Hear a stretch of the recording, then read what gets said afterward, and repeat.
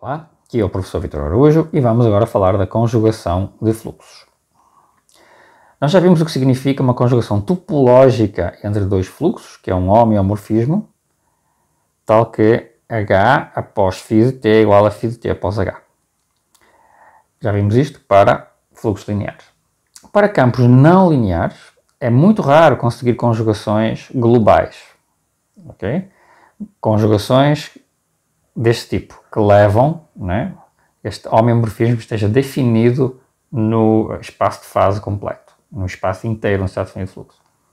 Mas mais frequente é obter conjugações locais, ou seja, em vez de termos um homeomorfismo como acima definido todo o espaço, teremos um homeomorfismo entre abertos do espaço, que conjuga o fluxo entre os pontos dos dois objetos, desses dois abertos. Okay?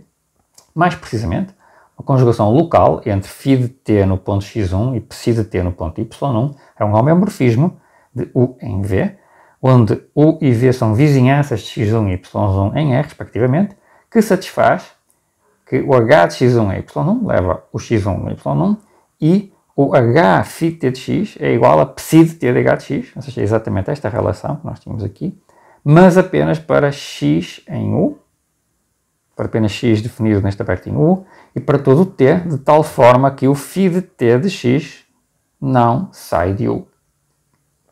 Okay? O φ de t de x tem que estar ainda dentro de U. O x está em U e o φ de t de x tem que estar dentro de U, e então eu tenho esta relação.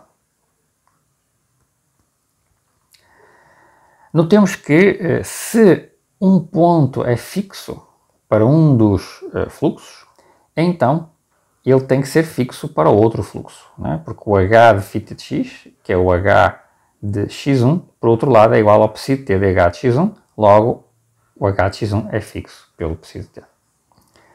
Certo? Então, há uma preservação de pontos fixos. Um ponto é fixo para um fluxo e só se ele for fixo para o conjugado dele.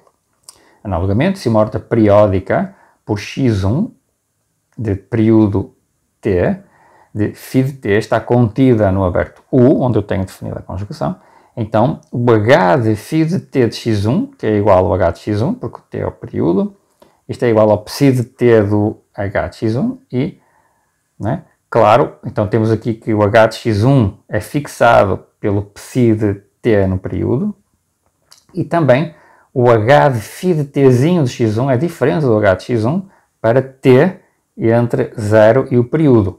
Porquê?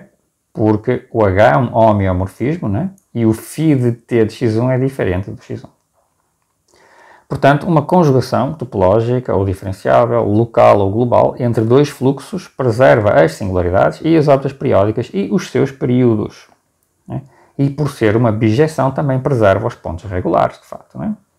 Preserva o complementar das singularidades e das órbitas periódicas. Né? Preserva o complementar das singularidades, preserva os pontos regulares.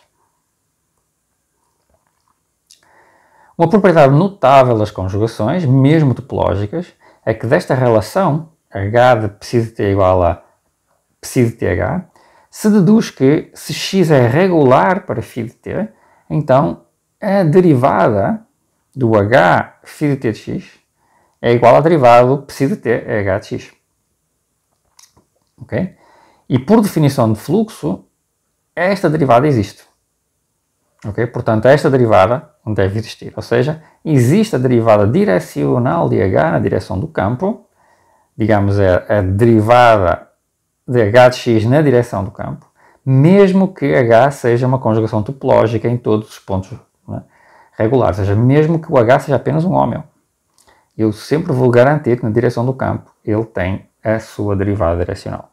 Pode não existir derivada em mais direção nenhuma, né? Mas é importante esta noção. Se eu tiver uma equação diferencial dada por um certo campo de vetores e eu tiver uma mudança de coordenadas, um diffeomorfismo do domínio da minha F em outra região qualquer, okay? Nós podemos usar essa mudança de coordenadas para definir um campo no conjunto ômega 2. Eu essencialmente faço o que se chama aqui o push forward. Eu defino um campo F-til em G de x, como sendo a derivada de G em x aplicada no F de x. Okay? Então transporto o campo original para um outro aberto. E se φ de t é um fluxo de x' igual a f de x, então o g composto com φ de t é o fluxo φ de t da equação diferencial y' igual a f de y. A nova equação diferencial que eu obtenho no aberto, que é a imagem do domínio original. Okay? Porquê que isto é verdade? Porque, reparem, se eu derivar g após ft de x, né, eu vou obter, pela regra da cadeia, esta expressão aqui, dg φ de t vezes a derivada do φ de t, mas a derivada do φ de t, pela equação diferencial, é o f de φ de t, e isto é nada mais do que, pela regra da derivada da função composta, é o f til em g de φ de t. Pela própria definição, né? O f til. Ok? Mas se o f de tx passa por um certo ponto em t igual a zero, então o g de φt de x passa pelo g de x no mesmo instante. Logo, nós obtemos que o g de φt de x tem que ser igual a φ de t em g de x. Né? Porquê? Por causa da unicidade de soluções. Okay? E g passa a ser uma conjugação diferenciável entre os fluxos dos campos f e f til. Certo? Então reparem que eu tenho que g após φ de t, né, satisfaz esta relação aqui. Portanto, o g após φ de t é uma trajetória solução desta equação diferencial. Né? Mas o φ de t passa pelo ponto x e o g de φ de t de x passa pelo ponto g de x. Ok? Então, o g de φ de t de x e o φ til de t de x vão dar duas soluções da mesma equação diferencial que passam pelo mesmo ponto. Então, eles são iguais. Certo? Essa é a ideia deste argumento aqui. E o que nós estamos aqui mostrando é que se eu mudar as coordenadas ao meu campo, né, eu automaticamente tenho uma conjugação. Essa mudança de coordenadas me permite fazer uma conjugação. O G, né, que dá a mudança de coordenadas, é uma conjugação.